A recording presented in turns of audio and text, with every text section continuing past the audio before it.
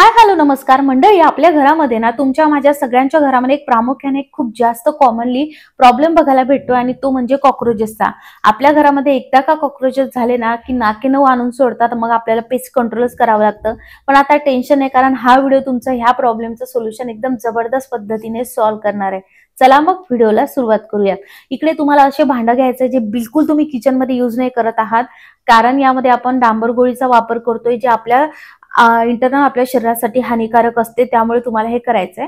यावेळेस ना मी अशा पद्धतीने कलरफुल डांबर गोळ्या आणल्यात, म्हणून म्हटलं तुम्हाला दाखवावं, नाहीतर तुम्हाला थोडं कन्फ्युजन होईल की मी दुसरंच काही घेतलं की काय. तुम्हाला व्हाईट कलरची सुद्धा डांबर गोळी माहिती असेल आणि एक अशी कलरवाली मिळते. सो आपल्याला एक डांबर गोळी घ्यायची आहे आणि तिची पावडर करून घ्यायची आहे. बिलकुल किचन मधला खलबत्ता वापरू नका. मी इकडे दगडचा वापर करते, जो बिलकुलच मी कशातच यूज करत नाही. आणि ही प्लेट सुद्धा मी बिलकुल किचन मध्ये यूज करत नाही, जी मी फक्त हे हॅक्स बनवण्यासाठी हिचा वापर करत असते.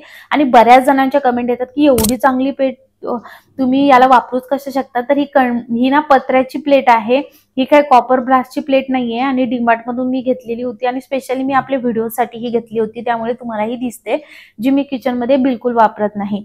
छान पावडर करून घ्यायची. सेकंड इन्ग्रेडियंट आपल्याला टाकायचा आहे बोरिक पावडर. बोरिक पावडर आपल्याला 1 चमचा घ्यायची. मी स्मॉल क्वांटिटी मध्ये तुम्हाला करून दाखवते. त्यानंतर आपल्याला घ्यायचं आहे ते म्हणजे लाल तिखट आणि थोडासा निरमा. आपल्याला हे 2 in 1 सोल्युशन काम करणार आहे. जर घरामध्ये उंदीर सुद्धा झाले असेल तरी सुद्धा हे जबरदस्त पद्धतीने काम करतं, म्हणून आपण यामध्ये लाल तिखट आणि निरमा ऍडिशनल घातलेला आहे. कारण बऱ्याच जणांच्या कमेंट येतात की घरामध्ये उंदीर घुसफार झाली आहे, तर ती पळवून लावण्यासाठी सुद्धा तुम्ही ह्या ट्रिकचा वापर करू शकता. लिक्विड डेटॉल घ्यायचा आहे आपल्याला 1 चमचा आणि त्यानंतर फ्लोर क्लीनर घ्यायचा आहे. हे याची आपल्याला पेस्ट बनवून घ्यायची आहे.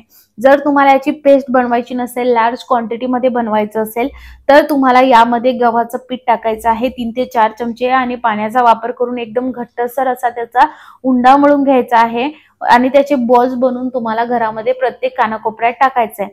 जर तुमच्या घरामध्ये लहान मुलं असेल, वयोवृद्ध माणसं असेल, तर तुम्हाला एकदम सावधगिरीने हे काम करायचं आहे.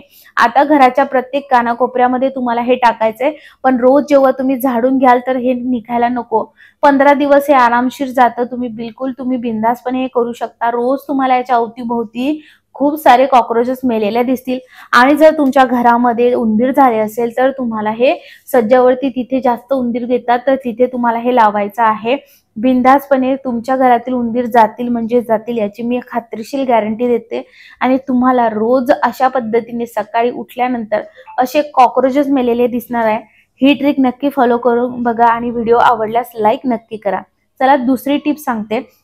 रोज आपल्या घरी पोळ्या केल्याच जातात, पण जेव्हा आपल्याला प्रत्येक पोळी ही फुगलेली हवी असेल आणि आपल्याला नरम चटक असा उंडा मळायचा असेल, तर एक सोपी ट्रिक सांगते. आधी काय करायचं, मीठ घ्यायचं आणि त्यानंतर त्यामध्ये थोडंसं पाणी टाकायचं आणि हे मिठाचं पाणी आपण ज्या भांड्यांमध्ये उंडा मळणार आहोत त्या भांड्याला लावून घ्यायचं. असं केल्यामुळे त्या भांड्याला जास्त पीठ चिटकत नाही. आपला उंडा सुद्धा छान असा नरम चटक मळला जातो आणि त्यानंतर आपल्या पोळ्या प्रत्येक पोळी जी आहे ती छान अशी फुगली जाते. ही ट्रिक खूप बेसिक आहे पण खूप इम्पॉर्टंट आहे आणि ही जी आहे सगळ्यात मेन ट्रिक आहे, कारण आपल्या पोळ्या फुगण्यासाठी किंवा नरम येण्यासाठी आपलं पीठ मळणं हे खूप इम्पॉर्टंट आहे. त्यामुळे तुम्ही अशा पद्धतीने पीठ नक्की मळून बघा. तुम्ही बघू शकता की आपल्या भांड्याला आजूबाजूला बिलकुल जास्त पीठ लागलेलं नाहीये. शेवटी एक तर तुम्ही गव्हाचं पीठ, कोरडं गव्हाचं पीठ किंवा थोडंसं तेल जे आहे ते घेऊ शकता आणि तुम्ही बघू शकता आपला छान असा उंडा मळून झालेला आहे आणि माझी प्रत्येक पोळी या उंडामुळे छान अशी फुगलेली आहे. ही ट्रिक आवडल्यास लाईक, फॉलो आणि हा व्हिडिओ तुम्ही कोणत्या गावातून किंवा शहरातून बघत आहात हे मला कमेंट करून नक्की सांगा. हिवाळ्यामध्ये आपल्या केसांमध्ये कोंडा होणे किंवा आपले केस फार ड्राय होणे ही कॉमन समस्या आहे, तर त्यासाठी 15 दिवसातून एकदा हा हेअर मास्क नक्की करून बघा. मेथी दाणे घ्यायचे 1 ते 1.5 चमचा पाणी टाकून तुम्हाला छान उकळून घ्यायचे. थंड झाल्यानंतर मिक्सरच्या भांड्यात पाण्यासहित आणि जर एक्स्ट्रा पाणी लागलं तर टाकून आपल्याला छान अशी पेस्ट करून घ्यायची. हे स्टेप अवॉइड करायचं असेल तर रात्री मेथी दाणे भिजत घाला, म्हणजे तुम्हाला उकळण्याची गरज नाही. एका प्लेटमध्ये वाटीमध्ये काढायचे, पण हे जेव्हा तुम्हाला लावायचं तेव्हाच करायचं, नाही तर नंतर हे काळं होऊन जातं आणि नंतर वापरायचं नाही. पूर्ण केसांना तुम्हाला हे लावायचंय, पण तुमच्या केसांना बिलकुल ऑइल नसायला हवं. लावायचंय 20 ते 30 मिनिट तुम्हाला हे ठेवायचं आहे आणि नंतर हर्बल शॅम्पूने तुमचे केस तुम्हाला वॉश करायचे आहेत. एकदम सॉफ्ट सुद्धा केस होतात आणि कोंडा, ड्रायनेस सगळा निघून जातो.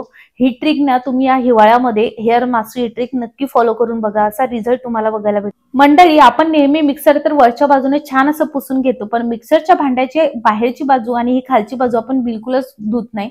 तर यामध्ये बेकिंग सोडा टाकायचा आणि कोको कोला टाकायचा आहे. तुम्हाला जे सॉफ्ट ड्रिंक तुम्ही वापरता ते टाकायचं आहे. 2 ते 5 मिनिटं रेस्टिंग टाइम द्यायचा आणि जुना टूथब्रश घेऊन अशा पद्धतीने तुम्हाला घासून घ्यायचंय.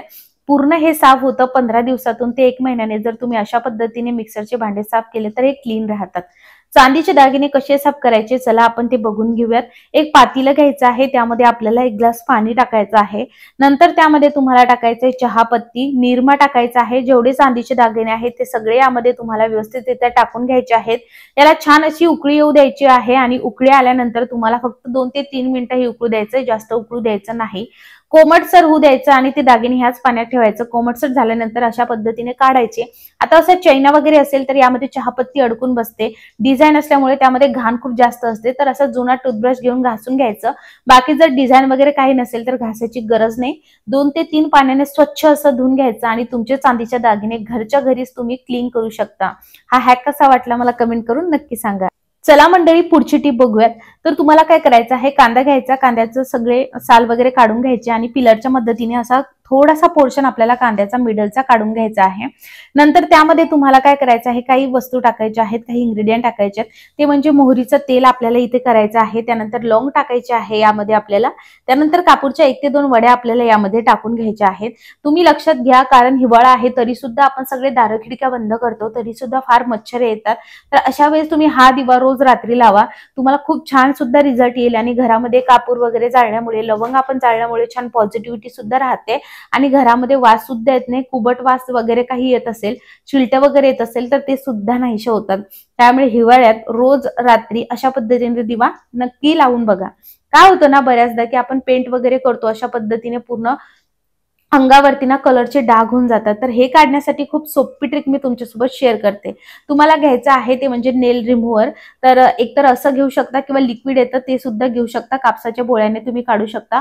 फार इझिली कलरचे डाग तुम्ही या पद्धतीने काढू शकता. ही ट्रिक तुम्हाला माहिती होती का हे कमेंट करून मला नक्की सांगा. आणि सेम पद्धतीने तुम्ही ड्रेसवरचे सुद्धा कलरचे डाग ह्या ट्रिकचा वापर करून काढू शकता. रिझल्ट अगदी तुमच्या समोर आहे. आय होप मंडळी तुम्हाला या सगळ्या ट्रिप खूप आवडल्या असणार. चला शेवटची ट्रिक बघूयात. तुम्हाला काय करायचं आहे, तर डांबर गोळी घ्यायची आहे. टिश्यू पेपरचा वापर करून त्याचा पावडर करून घ्यायचा. बिलकुल किचनचं कोणतंच भांडं आपल्याला यूज करायचं नाही. एका कंटेनरमध्ये ही पावडर ट्रान्सफर करायची आहे. त्यामध्ये तुम्हाला निरमा टाकून घ्यायचा आहे. त्यानंतर ती व्यवस्थितरित्या मिक्स करून घ्यायचं. एका भांड्यामध्ये तुम्हाला गव्हाचं पीठ घ्यायचं आहे 2 ते 3 चमचे.